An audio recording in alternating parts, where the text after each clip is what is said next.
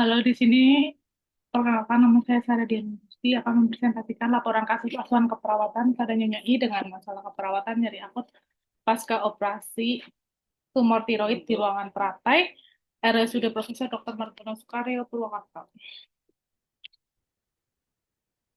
Pengkajian nama inisial Nyonya I, umur 53 tahun, jenis kelamin perempuan, suku atau bangsa Jawa atau Indonesia, agama Islam, pekerjaan ibu rumah tangga, pendidikannya sekolah dasar, alamat Margasari Tegal, tanggal masuk rumah sakit 25 Januari 2025. Diagnosa medis tumor tiroid. Keluhan utama. Keluhan utama saat masuk RS, pasien datang dengan keluhan badan lemas, nyeri leher, dan di dada kanan atas ada benjolan di leher tinggi 10 cm. Keluhan utama saat pekajian nyeri saat menelan. PQRST dengan P, nyeri pada saat menelan makan atau minum. Q-nya nyeri dirasakan seperti tertusuk-tusuk saat bergerak. R-nya hanya di bagian leher, skalanya skala nyeri 5. Time-nya hilang timbul. Riwayat penyakit sekarang, tumor tiroid, riwayat penyakit dahulu nggak ada, riwayat penyakit keluarga atau keturunan tidak ada. Riwayat penyakit sekarang. Pasien datang mengatakan merasa nyeri pada leher pasca operasi, mual, dan nafsu makan berkurang. Pemeriksaan fisik, keadaan umum cukup, kesadaran kosmetis, tekanan darah 140/70 mmHg, nadinya 85 kali per menit, RR-nya 20 kali per menit, suhunya 36 derajat Celcius dengan data penunjang hemoglobin 10,5 GDL, leukosit 19.080, hematokrit 32%, kemudian dengan eritrosit 3,70, trombosit 282.000. Analisa data, data subjektif. Pasien mengatakan nyeri pada leher pasca operasi dengan PQRST. Data objektifnya, pasien tampak meringis, pasien tampak gelisah, terdapat luka operasi di bagian leher, tekanan darah 130/80, nadi 80 kali per menit, RR-nya 20 kali per menit, suhu 36,3 dengan diagnosa nyeri akut, berhubungan dengan agen pencedera fisik atau prosedur operasi, berhubungan dengan pasien mengatakan bagian leher terasa nyeri setelah dilakukan operasi. Kemudian diagnosa kedua, data subjektifnya, pasien mengatakan bagian bekas operasi terasa nyeri. DO-nya terdapat luka pos operasi di bagian leher, tekanan darah 130/80 mmHg, nadinya 80 kali per menit, RR-nya 20 kali menit dengan suhu 36,3 derajat Celcius. Dengan diagnosa risiko infeksi, efek prosedur invasi. Kemudian yang ketiga, diagnosanya adalah pasien mengatakan tenggorokan sakit menelan makanan dan minuman. Pasien mengatakan berat badan menurun 1-2 kg per minggu. Pasien tampak meringis saat menelan makanan.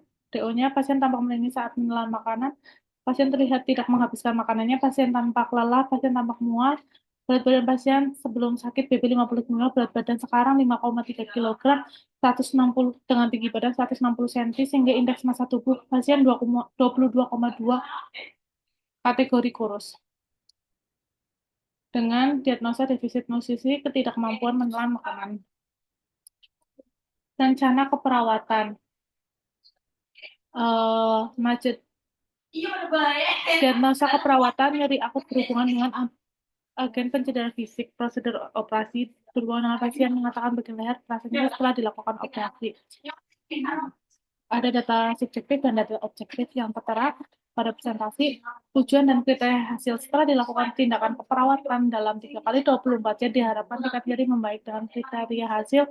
Keluhan nyeri per awal 2 teratasi sampai 5, meringis 2 menjadi 5, gelisah 2 menjadi 5 atau menurun. Manajemen nyeri.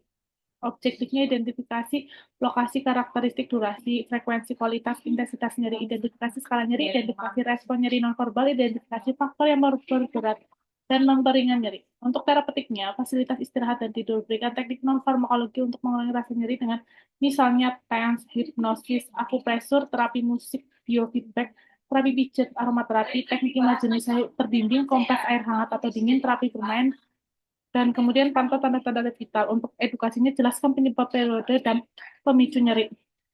Kemudian anjurkan teknik non-farmakologis untuk mengurangi rasa nyeri dengan cara teknik relaksasi nafas dalam. Untuk kolaborasinya, pemberian analgetik injeksi ketorolac.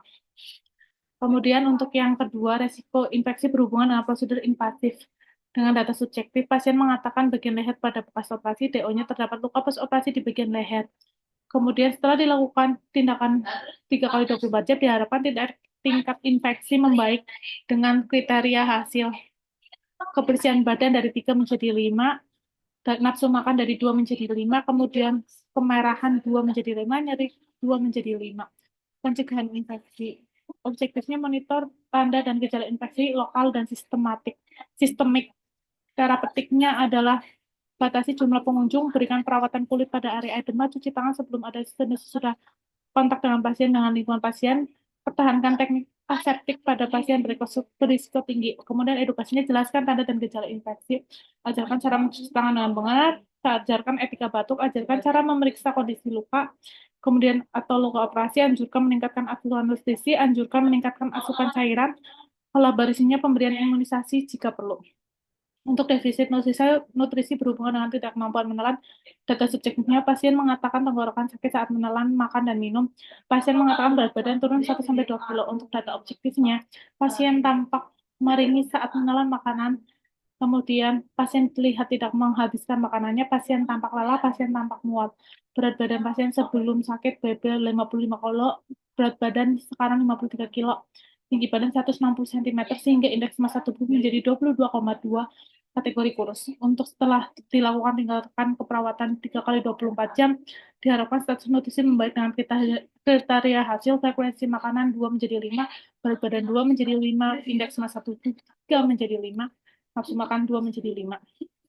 Kemudian untuk objektifnya adalah manajemen nutrisi, identifikasi makanan yang disukai, identifikasi kebutuhan kalori dan jenis nutrien, monitor asupan makanan, terapeutiknya berikan makanan tinggi serat untuk mencegah konstipasi, berikan makanan tinggi kalori dan tinggi protein. Edukasinya anjurkan posisi duduk jika mampu, ajarkan diet dan yang diprogramkan. Kolaborasinya pemberian medikasi sebelum makan, misalnya pereda nyeri, antemik jika perlu. Kemudian untuk tindakan keperawatan dan respon pasien, mengidentifikasi lokasi, karakteristik, durasi, frekuensi, kualitas, intensitas nyeri. Respon pasien mengatakan nyeri pada pasca operasi dengan terdapat PQRST, mengidentifikasi skala nyeri, responnya skala nyeri 5, identifikasi faktor yang memperberat rasa dan memperingatkan nyeri. Respon pasien mengatakan nyeri saat bergerak dan mereda saat diam. Pasien tampak tidak nyaman, memberikan teknik non-farmakologi dan mengurangi rasa nyeri. Kemudian dengan pemberian injeksi ketorolac 2 kali 30 mg, intravena injeksi ceftriaxone 2 kali 1 gram. Kemudian nyeri akut berhubungan dengan agen cedera fisik, mengidentifikasi lokasi, karakteristik, durasi, frekuensi, kualitas, intensitas nyeri. Pasien mengatakan nyeri sudah berkurang, terdapat nyeri pada leher pasca operasi. Dengan PQRST, mengajarkan teknik non-farmakologis untuk mengurangi rasa nyeri dengan cara teknik relaksasi nafas dalam dan teknik distraksi. Suami pasien mengatakan pasien melakukan teknik relaksasi nafas dalam apabila nyeri dan teknik nafas dalam mengajak istrinya berbicara dan mendengarkan musik. DO-nya pasien tampak melakukan teknik yang kemarin diajarkan, mengidentifikasi skala nyeri skala 3, memantau tanda-tanda vital, tekanan darah 102/60, nadi di 94 kali per menit, pernafasan 19 kali per menit, ada suhu 36,5 Celcius, SpO2 100%. Kemudian ada yang di hari Kamis, Jumat,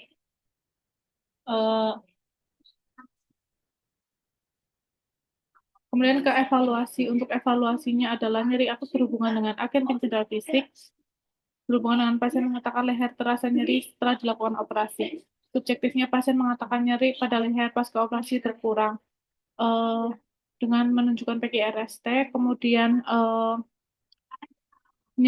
suami pasien mengatakan melakukan teknik relaksasi nafas dalam apabila nyeri dan teknik distraksi, mengajak istri berbicara dan mengenalkan musik.